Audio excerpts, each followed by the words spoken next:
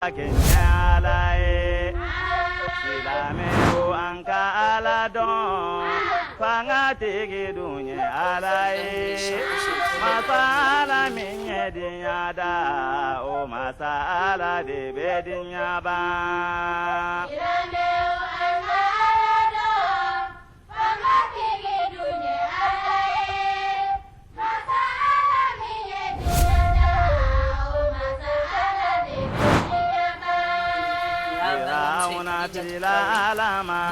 Kokula kana bo anga kuma kɔnɔna la an b'an ka sponsor principal fo min ye Ati chanteur Bayini Bun Aliyu Bakayogo san ni wagati bɛɛ a ka dɛmɛ b'an kan émission yɛrɛ financement ale de b'a bɛɛ kɛ donc bi an tɛna na kuma janya an bɛ sira d'an balimamuso ma comme an bɔla ka fɔ ɲam kan ka na question damadama poser a kan n'o ma kɛ baasi a ma donc a bɛna n'a yɛrɛ présenter ka sɔrɔ an bɛ don an ka kuma Assalamu warahmatullahi ta'ala wa barakatuh. comme on voit ka fanya ga bi représenter en plein baga bela Okay, a'udhu billahi min sharri shaitanir rajim. Bismillahir rahmanir rahim. Wassalatu wassalam ala ashrafil mursalin Muhammadul bin Abdullah wa ala ahli baiti at-tayyibin at-tahirin. Amma ba'd, assalamu alaikum wa rahmatullahi ta'ala wa barakatuh. Tangani ni ala fe ka bo shitana tormani shitana min kala farala ke rufe ni ala taala ya ge ka ba ka hina na ya rabbi ala kana no au shikere ni bai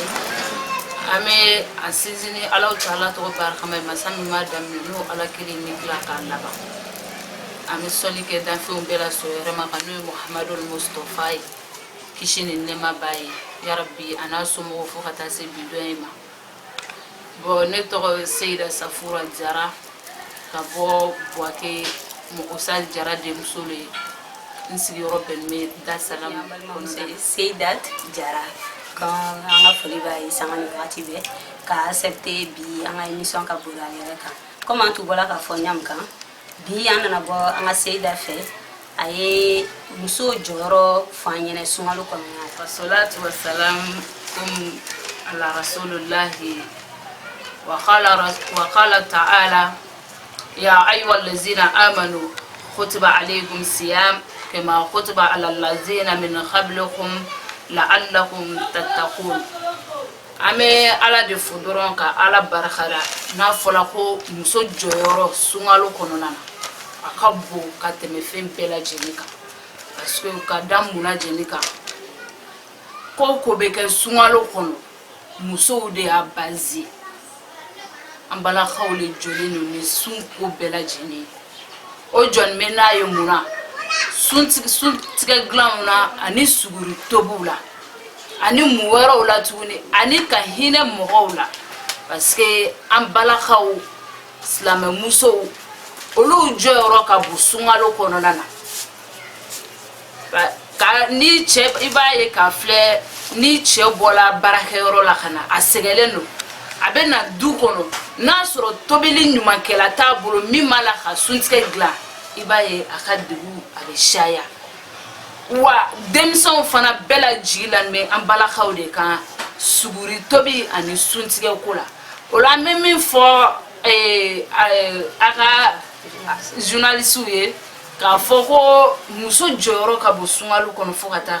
damateme parce que muso le jolé ni ko bela jene sumalu la ngame muso mnema minu kela furu muso nyuma we minu be dominu nyuma tobi ka di mogoma agajugu kela ko ta ko olu joro tala slama muso joro akabuka teme fem bela jene ka sumalu kono ina fo amba khadija olu kunde sumalu ke chugo mina ni mogo ni degula obe gaduma ke kadi adamado ma Seyda e gabo ka muso joro do kuma na nyam kan ko be gaduma ke kadi bo o ba fo ko no ko sungalo barajikalo le do lu be gaduma ke kadi ni sungalo bana o be gba ko lo mu o be shokota mune be o e fili chenu bai parce que kala ka furu muso nyuma te so bela jenima nema e muso joro nyole le fo muso joro ka bu ala bolo silamaya la koju ka fo ke be kodo ke sungalo kono ni sungalo bana o kuma ala be voyager ala te voyager ni sungalo bana e bala ka ko minun ke iki chesra ka iki ka ko bela jenike cɛla bato cogo la I ka seli ɲuman kɛ cogo la ani ka sutura fini kɛ cogo la billahi ni sunkalo bana I k'i jija la n y'a faamuya k'a ye an balaka dɔ olu ka baara tɛ foyi ye mɛsido ani o farilangolo bila sunkalo kɔnɔna na longansanw na mais ni sunkalo sera I b'a ye bɛɛ lajɛlen bɛ hijabu kuraw sanga don billahi talahi min kale k'a fɔ aw ye Ala taala ko maa o maa muso o muso ni cɛ dɔ ɲalalen I farisogo dɔ kan ka bi ka zumaram na n'a fɔra cɛ minnu tɛ se k'i furu I kɔrɔkɛ walima I fakɛ walima I dɔgɔnin minnu tɛ se k'i furu k'a bɔ olu la billahi maa o maa ɲɛ bɛ la kan a bɛ n'a kɛra komi I bɛ jɛnɛya jurumu de cɛ la I ma jɛnɛya kɛ n'o ye dɛ mais n'o ɲalala I fari langolo kan a bɛ komi I bɛ jɛnɛya jurumu de kɛ la n'o yɔrɔnin bɛ faamu k'Ala mukan an balakaw de bɛ Ala minɛ ko o yɛrɛ farisogow labila nka ni sunkalo sera olu de bɛ kɛ hijabu bire walima yala est-ce que Ala y'i mɛ taa ni sunkalo banna de Ala tɛ taa Ala bɛ bada de ni sunkalo bɔla a b'a la ka baraji kelen minnu sɛbɛra ye sunkalo kɔnɔ ni sunkalo banna o barajiw de b'a la ka continuer n'an ye sunkalo kɔnɔ sunkalo tɛ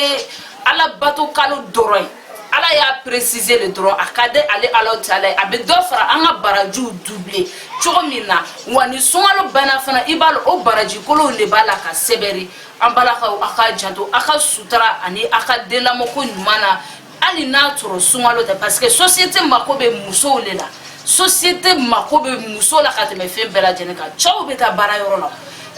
min bɛ kɛ so kɔnɔ cɛw t'a kalama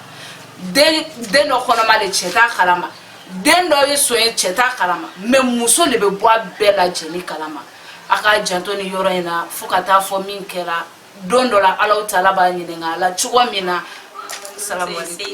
avant k'an ka chevaucher n'an ka question filanan ye an ka publicité l'heure sera an bɛna na publicité filanan kɔfɛ n'o bɔra yen an bɛ question filanan fɔ Espoir Studio Bouaké.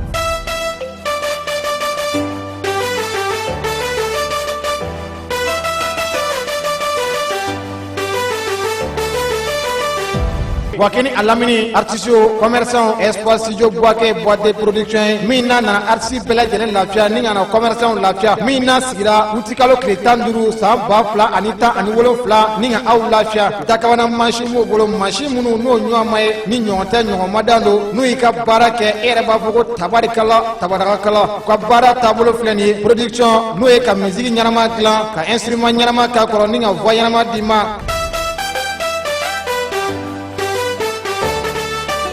ni jama y'a lamɛn bɛɛ bi se wa Espoir Studio Bouaké réalisation aw dɛmɛ ka clip ɲanama réaliser a image ɲanama ka montage bɛɛ lajɛlen kɛ ne y'a clip labɔ k'a d'i ma Espoir Studio Bouaké artiste minnu bɛ k'u bɛ fɛ ka concert organiser a Espoir Studio Bouaké contacter b'aw dɛmɛ ni ka concert organiser ka diya ka kɛ tamatama fiɲɛ Espoir Studio Bouaké minnu bɛ k'u mago bɛ artiste la walasa ka contact don u ni ɲɔgɔn cɛ a ye Espoir Studio Bouaké contacter u bɛ ni artiste ɲɛ yira ɲɔgɔn na hali n'a kɛra jamana wɛrɛ ye Espoir Studio Bouaké commerçant a fitini ana kumaba ka plus ɲanama kɛ aw ye yasa jama k'i lakodɔn marketing ɲanama a fɔ Espoir Studio Bouaké ma dɔn ma dɛ tengulikɛlaw mariagekɛlaw ani anniversaire kɛlaw alhamdulillah comme n yɛrɛ bɔla ka fɔ ɲam kan toujours an n'an balimamuso de bɛ ɲɔgɔn fɛ min ye Safura Jara ye comme tu bɔla ka fɔ ɲam kan an bɛ sunkalo tere mois 4 la bi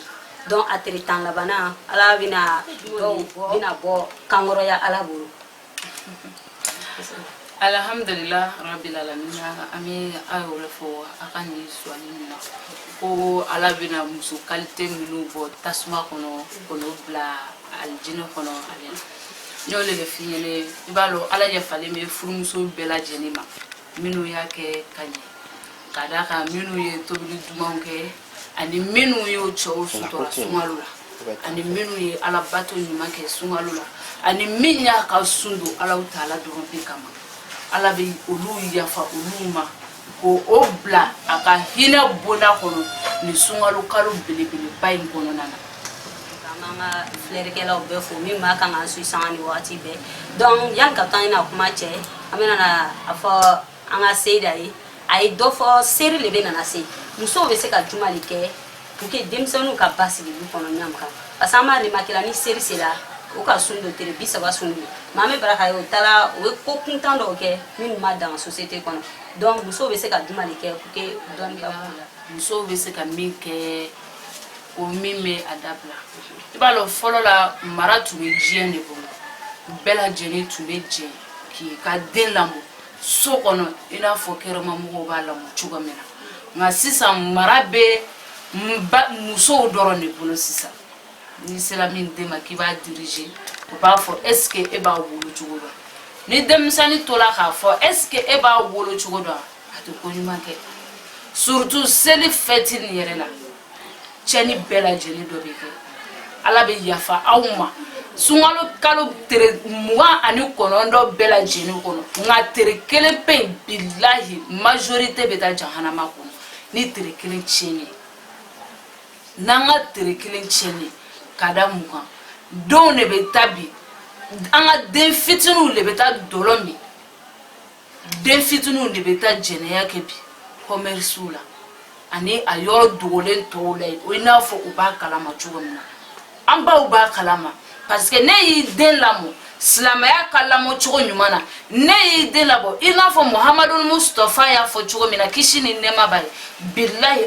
an ka denmisɛnw an bɛ s'a kɔrɔ an masaw yɛrɛ de b'a la ka denmisɛnw labɔ parce que ka da mun kan n'a fɔla ko nin bɔla ni den min yɛrɛ sumanen don ne kɔ karisa e kun sannen don e tɛ se ka kɛ nin ɲɔgɔnna ye wa karisa e kun sannen don e tɛ se ka kɛ mamuden ɲɔgɔnna ye wa mamuden ma la ka tiɲɛni min kɛ o b'a fɔ o denw k'o ɲɔgɔnna de kɛ seli dabɔla nisɔndiya de kama seli dabɔla nisɔndiya yɛrɛ de kama parce que an ye sunkalo tere 30 don ala yafala an jurumu ma k'an sanuya k'an bɔ nɔgɔ bɛɛ lajɛlen na mais n'a fɔla ko tere kelen kama an bɛna an yɛrɛ tiɲɛni an denw ye mɔgɔ a fɔla kira y'a fɔ a ka hadisa dɔ la a ko baw ani fa bɛɛ lajɛlen ye den ka bagagɛnna de olu de ye bagagɛnnaw ye anw de ye baganw ye bagantigi de b'a fɔ i ka bagan ma don da in fɛ bagantigi de b'a fɔ i ka bagan ma kana don da in fɛ muso n'i ye den wolo bilahi i tɛ dɛsɛ a la n'i y'i den wolo i tɛ dɛsɛ i den ka lamɔ la mais mun de b'a to i bɛ dɛsɛ i den ka lamɔ la ne y'i den ka lamɔ kɛ k'e kelen de b'i den lamɔ ni luwanze min k'a b'a diriger e bɛ dɔ fɔ o ma ni kani sinamuso min k'a b'a diriger e bɛ dɔ fɔ o ma ni sinamuso min ko k'a bɛ e den diriger e bɛ dɔ fɔ o ma est ce que maa kelen bɛ se ka den lamɔ kira yɛrɛ ko to a ka hadisa dɔ la ko bolokuma den kelen a tɛ bɛrɛ ta n'an jɛnna k'an bolo fara ɲɔgɔn kan an bɛ fɛn dɔ bɔ a kɔnɔ est ce que maa kelen bɛ se k'i den lamɔ bi tele in na diɲɛ y'an tiɲɛ Facebook y'an cɛ WhatsApp y'an cɛ fɛn bɛɛ lajɛlen y'an cɛ e b'a lɔn k'a fɔ n'i sigiɲɔgɔn b'a la k'i den ladi karisa bɔ cɛni na karisa bɔ nin na karisa bɔ nin na o b'i den ka ɲɛ ne fɛ n'a fɔla ko den ɲɛna a bɛ fɔ ko diɲɛ bɛɛ lajɛlen ta mais ni den tiɲɛna muso kelen pe tɔgɔ de bɛ wele la muso fila tɔgɔ tɛ wele la e ba de bɛ f'i ma mais bi anw bakura ninnu anw minnu kɛra bakuraw ye anw de kɛlen bɛ k'a dɔn ko wolo tin ka gɛlɛn anw mɔmusow ni olu ta minnu tɛmɛna olu ma dɔn ko wolo tin ka gɛlɛn olu denw lamɔna lamɔ cogo ɲuman na mais anw de tiɲɛna seli ɲɛnagɛra bɛɛ ka kuma i den fɛ bɛɛ lajɛlen de ka kuma i den fɛ mɔgɔ kelen tɛ se k'a fɔ k'ale bɛ kuma ni den bɛɛ lajɛlen min b'i bolo so kɔnɔ e ka kuma n'o ye ba ye n'o y'a mɛn mamu fana bɛ kuma n'a denw ye n'o fana y'a mɛn bilayi n'olu le farala ka taa quartier kɔnɔ an bɛ fɛn ɲuman sɔrɔ mais ne den tiɲɛna ni den tiɲɛna n'o farala ka taa quartier kɔnɔ a bɛ kɛ fɛn tiɲɛni dan ye quartier kɔnɔ buwaki yan bi n'i ye denmisɛnnin ɲuman woloma ka bɔ denmisɛnnin tɔw la kɛmɛ sarala bilayi i bɛ taa sɔrɔ kelen ou bien fila dɔrɔn bɛ yen mais mun kosɔn mun de nana n'o siw ye an ka maraw tiɲɛna an bolo mɔgɔ kelen tɛ se ka den lamɔ bilayi maa o maa y'a fɔ ko n kelen bɛ se ka n den lamɔ a ye nkalonfin fɔ bilayi maa kelen tɛ se k'i den lamɔ bɛɛ lajɛlen de bɛ fara ɲɔgɔn kan ka den lamɔ seli fɛti in mɛn nana nin ye fɛti ma haramuya mais fɛti kɛcogo de haramuyalen don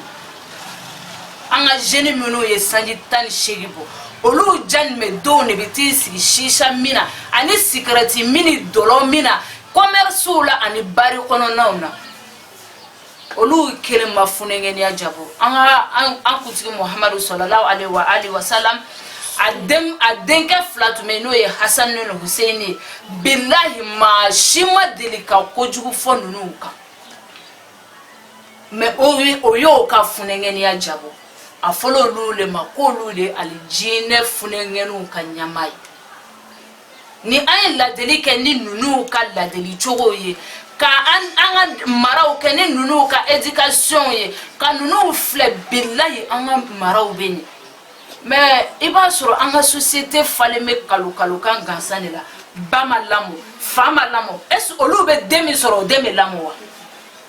o dente se kalamo billahi wani mo lamo ni mi me kartela na fola ke kibo o denkere lamo tuguni kuma bi shaya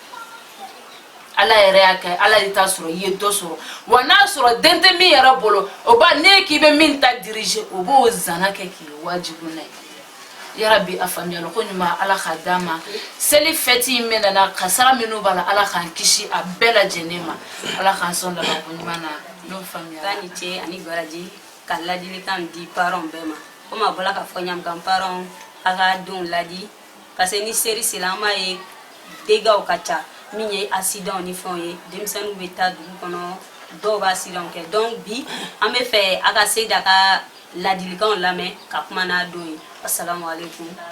an ka sponsor comme an bɔla ka fɔ ɲamukan ni dɔw bɛ baara kɛ o ka cadeau dɔ di k'an ka di an ka Seyida ma ani an ka sponsor officiel min ye Bayini Boni Aliyu Bakayoko ye ka to k'an ka émission suit san ni waati bɛɛ bi a ka kan na di an ka Seyida ma k'a ni ce don bɛɛ Seyida comme bɔla ka fɔ ɲamukan an ka sponsor ka cadeau di ko kɔnɔ di ma donc ni bɛ se ka folikan di an ka sponsor ma ne ma kɛ basi ye. Alhamdulillah ami aka sponsor fo no e Bayini Boni Aliyu Bakayoko no le fo nyamakala ti dali doron nyamakala ke wale fana ka fo ka kule jatugu la o ka fendi ma ere fana kan ka fendi jatugu ma ni aka fendile do aka fendile te ko abe sukoro minu ndilale aka fendile menye ajatugu ma aye yalala ka minu ye doni kala ala ka dine na ayalala ko lu ka doni fa ɲɔgɔn kan ka to bo aka tele la min me kunfun wasa ama foka abarkara abe mina yarabi ala ka do faraka soni be ala de bolo ala ka so ala ka jatugu bela jeni karabaye amo aw yere fo aka déplacement la ala ka besara ala kana fo sungalo barajila tese ka nyine kerengere ala menga chokoroba yere fo no e El Haji Muhammad Jaray arabi shija ani laban ko nyuma be ala bolo ala ka da an bela jeni ma o bela jeni ko fe an karamo ananfa asiri Sherifu Usman Madan Haidara ala ka nyamala laban ko nyuma be ala de bolo ala ka di an bela jeni ma ala ka an nyame an karamo la wa akiru dawana alhamdulillahi rabbil alamin comme ni an ka Seyida ka bɔ k'an ka sponsor principal fo ka tila ka foli lase a facɛma min ye Jara ye ale ni Seyida min ya parents bɛɛ donc an bɛ foli fɔ an lamɛnbagaw ye sanga ni wagati bɛɛ minnu bɛ kan k'an suit sanga ni wagati bɛɛ donc n'oubliez pas de cliquer sur toujours cet espace de Boaké.